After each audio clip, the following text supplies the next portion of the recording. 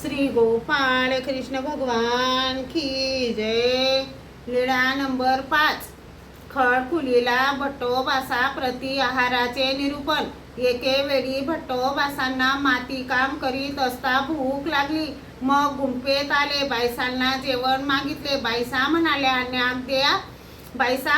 नाक द्या, पाणी भात आहे, परंतु फारच विटला आहे, तो तुझ्याने गिळला जाणार नाही, थोडा वेळ थांब, मग तुला स्वयंपाक झाल्यावर जेवू घालीन। भट्टोबा जायला निघाले तेव्हा सर्वज्ञ म्हणाले, हे काय हो वानऱ्या, तुम्ही महात्मे आहात, महात्म्याने निरसे विरसे अन्ने सेवी जेती, रेंदिया चेंदिया धरू भरी जे, मग न जेवता कसे जाता हो जी, म्हणून बायसांकडून वाढून मागितले, पोटभर जेवले।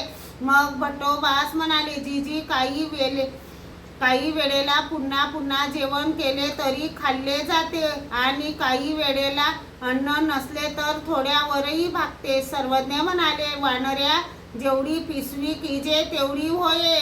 श्री गोपाळ कृष्ण भगवान की जय।